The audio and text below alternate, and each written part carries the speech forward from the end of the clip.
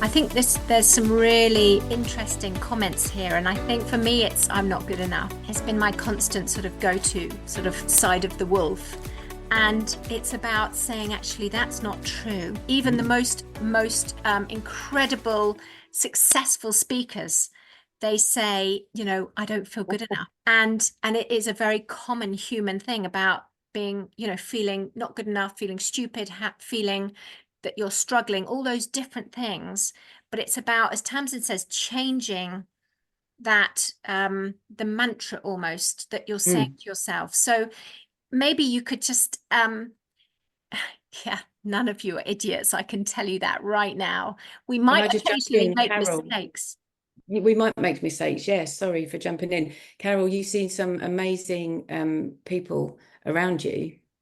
Yeah, that means they must see that brilliance in you too.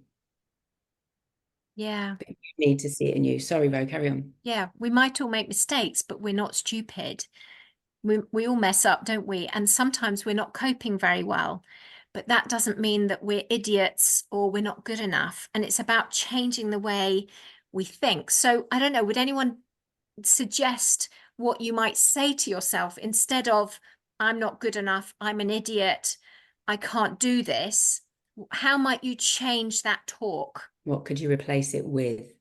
Either unmute or jump on the chat. I will try my best. Yeah, brilliant. Yeah, I am good You enough. are good enough. You are good enough. Any other words that you could change? I can learn from this Yeah. experience. I love that.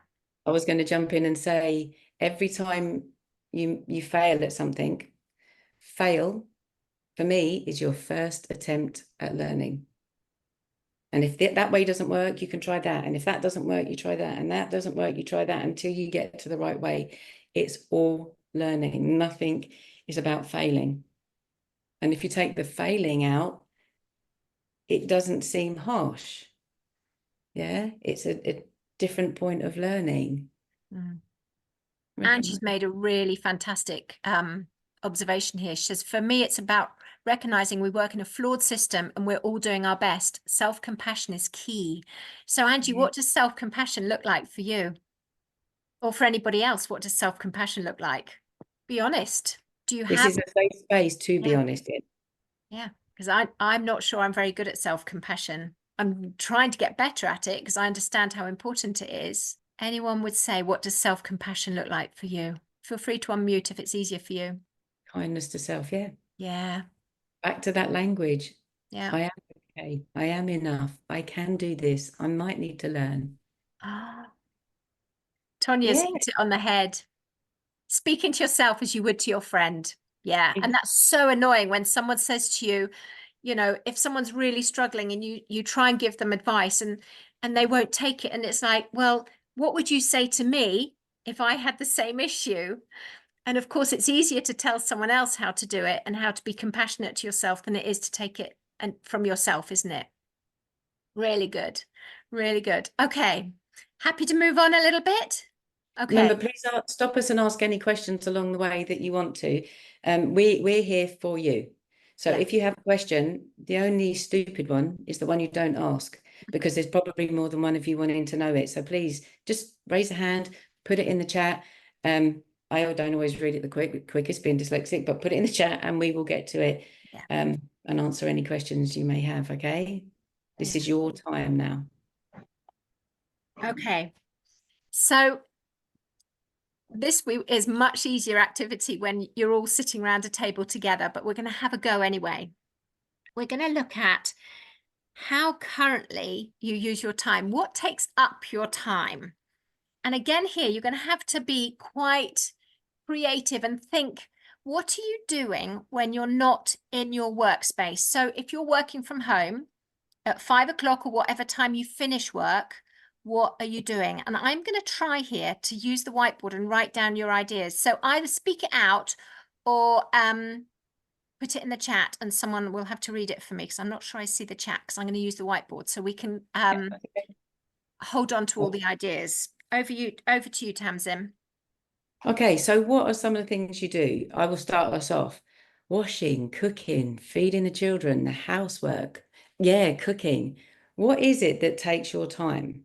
Pop up some ideas. Please unmute and just ping some words at us. What is it that takes your time at the moment? We really want you to think about, what do you do with your time? So we've got cooking so far. Brilliant. Thank you. Exercising. Exercising, garden, tidying the house, cooking, walking the dogs, drinking. Awesome. Awesome. Homework. Homework as in working from home, working around the house, or actually homework or study, reading. Okay, cool. Have we got any other things that actually takes your time? There's loads more. Yeah, come on, guys, work with us. Share what you do. Have I got In and out gardening? the No. house. Say again, Ro. Tell me what I haven't got yet. Gardening, shooting in and out in the house, sorting out the house, sorry, dyslexic. TV, yeah, that's quite Oh, often yeah. a big one. Housework, exercising, cooking. Oh, the list is endless. Give us some more of those Keep them endless tasks. coming. Yeah, seeing friends. Cool. Oh, is someone else typing in here? That's so cool. That would be me. Awesome. Keep going. Of course, it's Sophie. Soph, can you type quicker than me? Can you add in preparing for next year? I need to prepare next year. Yeah. Yeah, What else have we not put? Have I missed out anything that anyone said? Getting enough sleep. Oh, sleep. Yeah, put that in. Enough sleep, really. Learning something new. Oh, that's a good one. Listening, yeah, listening to music. Do something fun with the family. Do you know, no one said scrolling on their Doom phone. scrolling. Phone. How many hours do some people sit scrolling on the phone? And how easy is it to lose track of time whilst you do that? Oh, I must admit, chess. I've caught myself a couple of times. Yeah. Putting out the rubbish. Anyone else Running got over anything children. else? What else are Chess. you Oh, doing? that's cool. Okay. Now with these, which ones of them give you joy? Hmm. Which ones of these give you joy? We'd love you to speak and share, or pop it in the chat. I'm hoping chess, if I've read that right, gives you joy. What is there that gives you joy out of the list of things that take up a lot of your time? Got no joy at the moment, Tamsin. That's a bit worrying. We have no joy. That is a very concerning thing going on there. Someone's got to have joy in something. Okay, good. Thanks, Alice. Reading and dogs. Reading, and that's a brilliant one. Playing games. Great. Yeah, that's cool. Someone said that they enjoyed the cooking. Does that give you joy? I think Some of us Sophie see said at the cooking, beginning. Yeah. yeah, some of us see cooking as a task we have to do. But Yeah. if you can see Cooking it as joy, doesn't bring me joy, it doesn't bring me joy either. but games does. Can you see the different things that fill your time? And there's different ways to look at them, which is brilliant. Yeah. And it's like using the language. It's how you look at something, how you talk to yourself will dictate how your day actually goes. Yeah. Okay. Yulia's put on spending time with her family and her son. Oh, that gives you joy. That's brilliant. Absolutely brilliant. Huge joy for me with my kids. I would agree. Massive. Do you think you can reorder some of those on a list? So which ones are taking the bulk of your day at the moment? And are they the ones that are giving you joy? Or are they the things that you're like, oh, I've got to get this done, it's taking up my day? So throughout the summer, could you rearrange the order of those to put them in an order where the things that give you joy start your day? The things that give you joy are definitely in there throughout your day. We all know we have to do the things that don't necessarily give us joy. That's part of life. But could you put yourself forward and in front and make those joyous things there and every day to look forward to? How would it feel if you had the opportunity to do something you enjoyed every day? So what we're sort of saying is, if at the moment your paperwork, your sorting, your housework are all the things that are taking up most of your time, and also perhaps let's say preparing for next year, so you're doing loads of admin and sorting at the moment, and the stuff that brings you joy is your gardening, your chess, and your reading, perhaps your dogs, and they're all right way down here. How could you think about, for the next week, trying to reorganize what might that look like if you brought, let's say, reading right up to the top? What would happen if the other things pushed down a little bit? What do you think? Particularly, as someone said earlier, that they've got a lot of preparation for next year, but just the thought of it is very draining. So we need to think about, have we got enough things in our week where it brings us joy? So for Yulia, that would be, is she able to prioritize time for her son, her family, or is the drain of the worry of next term coming into that and ruining it? How could you sort of rejig the things that are using up your time? Has anyone got any thoughts on this? Anyone would be willing to perhaps share some inspiration on this one? What might you do? Feel free to unmute and share something that has come to your mind for this. What do you think? I can share what I actually don't do, and then I suffer badly. Like, I ignore the problem completely. I do the things I like, and then it's it's the beginning of the year, and I'm not really. It's not that I'm not prepared, but I'm not prepared as I would like to be. And then I'm like chasing my tail all over again because I was ignoring and having fun during the summer. So I do have some, like, I'm not a new teacher. I'm teaching already for 10 years. I have materials, I have my things, but sometimes I don't even bother to prepare, because I know when I come to school, everything changes, and I'm not, like, all my preparations are not even worth it, because I have to change my whole curriculum because some major events happened, and all, like, I feel that sometimes it's just a waste of time, and in other times I wish I could be more prepared. So I just like trying to ignore the whole situation, and that's it. I'm not dealing with anything, actually. Does anyone else resonate with that? That's really interesting, isn't it?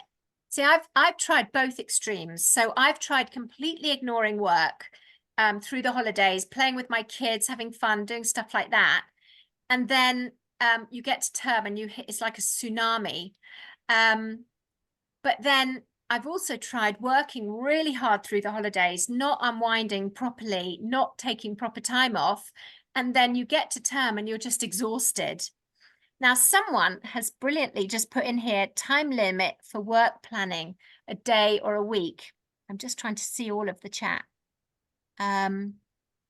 So time limit for work planning, a day or a week. That is brilliant. That's Alice. Thank you.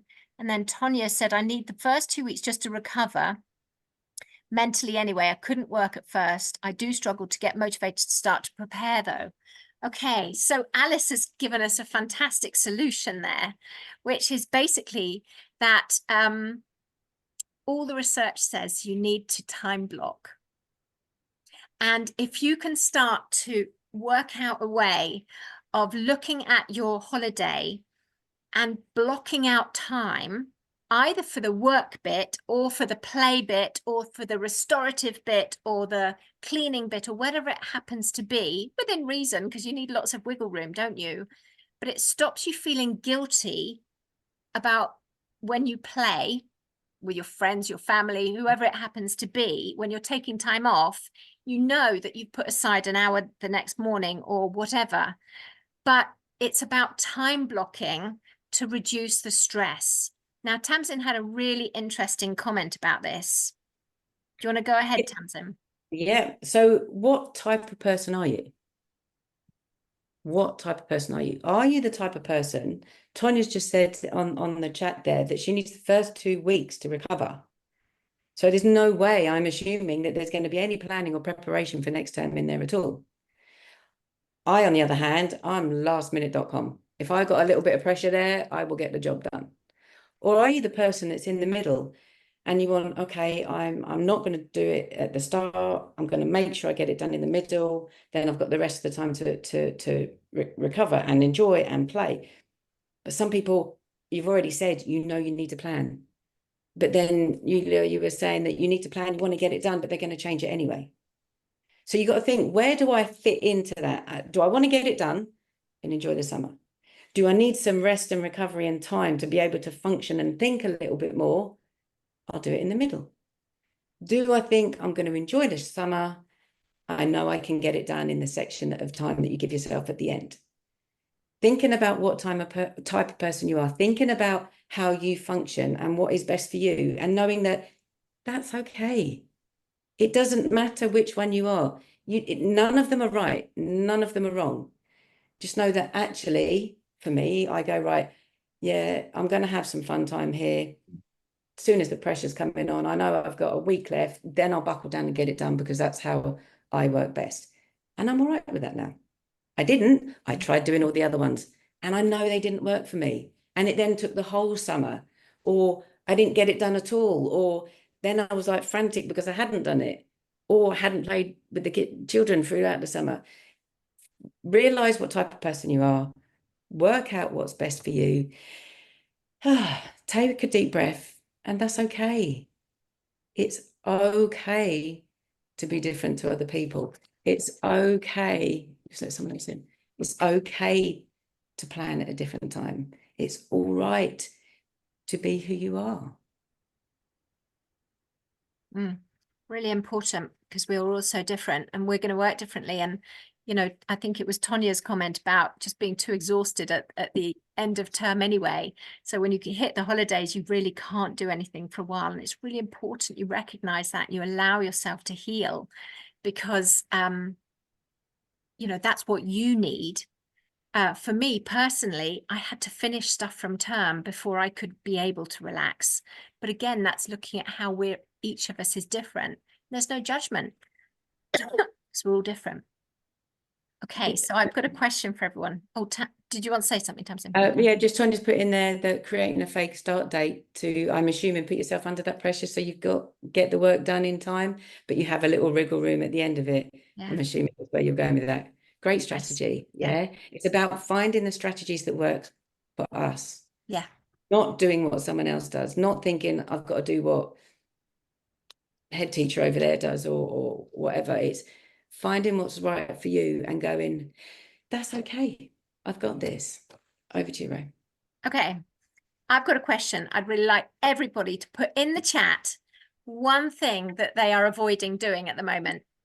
It doesn't matter what your role, what your situation, whether you're middle of the holidays, end of holidays, start of holidays, still working, doesn't matter. What is the one thing you are avoiding doing at the moment?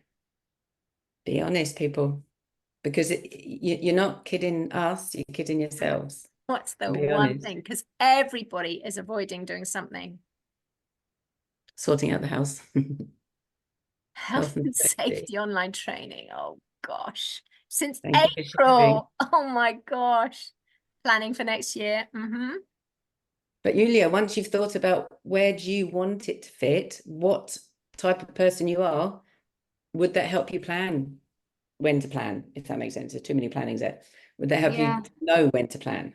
Yeah, I'm actually the last minute pressure. When I have the pressure, I really resonate with that, and I didn't think about it, but actually that's what I do. That I like the challenge that I need to work Brilliant. fast. Like, and I decided that this summer I'm going to try something new. I'm going to reach out to my colleagues, and I'm going to suggest to work together, because I really like my colleagues, and I have some friends, and I'm going to ask them for help and sit together and maybe invite them to somewhere Really and good. work on the stuff together, because really when I work with someone, it feels quicker, and I can finish like a long work. I can compress it into an hour of work.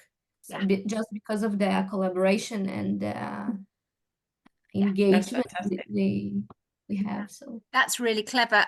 In fact, I worked with a head once, and they said that if they need to get something done, like, populating a report or doing an evaluation or anything, what they do is they book it into their diary with a colleague, and then it's diarized, and they have someone to collaborate with in order to do it. And they said it's much quicker, exactly as you said. And so they actually tended to do that with lots and lots of different things that they did, whether that was planning, whether it was evaluating, whether it was problem solving, because actually being able to do it with someone else is it's more fun, but it does motivate you, and it stops all those distractions.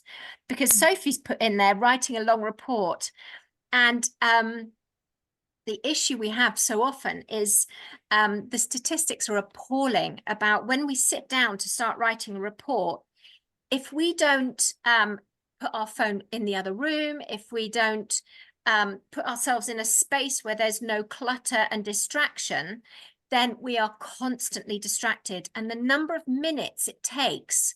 So if I look over at my phone right now, if I'm writing a report, I look over at my phone, apparently it's something like 25 minutes before I'm fully focused on the report again.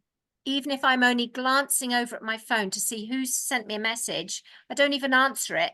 But coming back, it's a really long time before I'm 100% focused back on the report. So that's for me, who is a little bit phone addicted, that is a real eye-opener. I think what I like, Julia, there, you came up with two distinct things. Collaboration, and I've just seen Tonya and Carol talking about a report or a piece of work that they potentially could do together. So this is already taking steps forward, which is awesome. Collaborating and they hold each other accountable. You have a set time to do it. You know you're going to be there to do it, and you share the work together. But also what you came up with was the fact that you hadn't realized what type of person you were. So the fact that you now have gone, oh, I like the pressure at the end, enjoy the rest of the summer. And then know that bit of pressure that you've just said, oh, I like that because I focus more on buckle down. Know that that's coming. Know at what date you want to start that, and enjoy the rest of the summer. Do you think you'll be able to relax and enjoy that more, giving yourself permission to be a person that works under pressure, lastminute.com? How would that feel? Interesting. Thanks for listening. I hope you took something of value from today.